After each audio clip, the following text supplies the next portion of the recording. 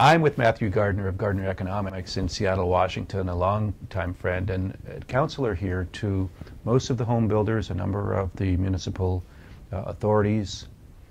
So Matthew's very much plugged into the home building community.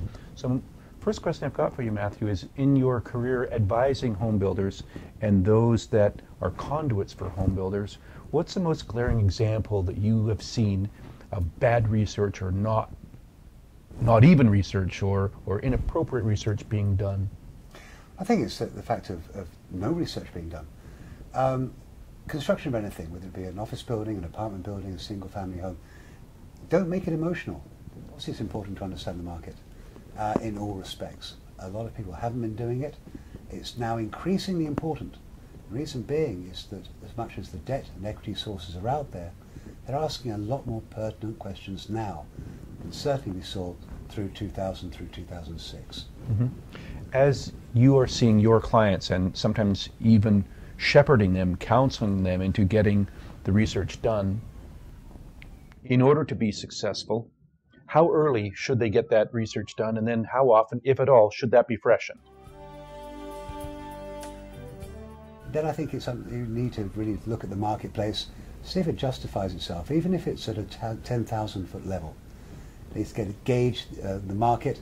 The idea is, do I think this makes sense? Does it make sense for me to burn excess brain cells on analysing it more? If that answer is yes, then absolutely it's appropriate. As far as updates, I think it depends on the land use. It tends to be a little bit less on single family, which tends to be a more immediate decision to make, far more so when you look at multifamily or vertical construction. You're looking at certainly an apartment project or even an office project in Seattle. The time you think about building it to actually getting it built, that can be anything up to 4 years. A lot of things can change in 4 years. That's ostensibly half of a business cycle. So I think that's, in those respects, we tend to look at things on an ongoing basis. Master plans, obviously, in a similar way. If you're looking at a large multi-purpose development, 3,000-5,000 housing units, again, the absorption is going to be over a prolonged period of time. Markets change, demographics change. So understanding those things, I think, on a repetitive basis is going to be particularly important. Matthew, when you are helping your clients either order their research or when you're looking over their shoulder with them at the research that they have received, how do you put a value to that? There's a number of different types of research, qualitative as well as quantitative. There are some which will be looking at more the configuration, let's say, of a single family housing unit. How many bedrooms, how many bathrooms, what colour the walls should be. That's not an area which we involve ourselves. We tend to involve ourselves in far more the qualitative part of it, i.e. will there be demand for the production of a product type? If they build it, ostensibly, will they come? If they will come, at what price? These things are certainly important for the developer themselves, especially now, bearing in mind the fact that there's increased equity requirements at a greater degree than I've seen in 25 years that I've been analysing real estate. Therefore, that goes off to the lenders. They need to start believing in it, and if they do, that's, again, particularly important. So there's two different parts of it. I think that both of which are as critical as one another.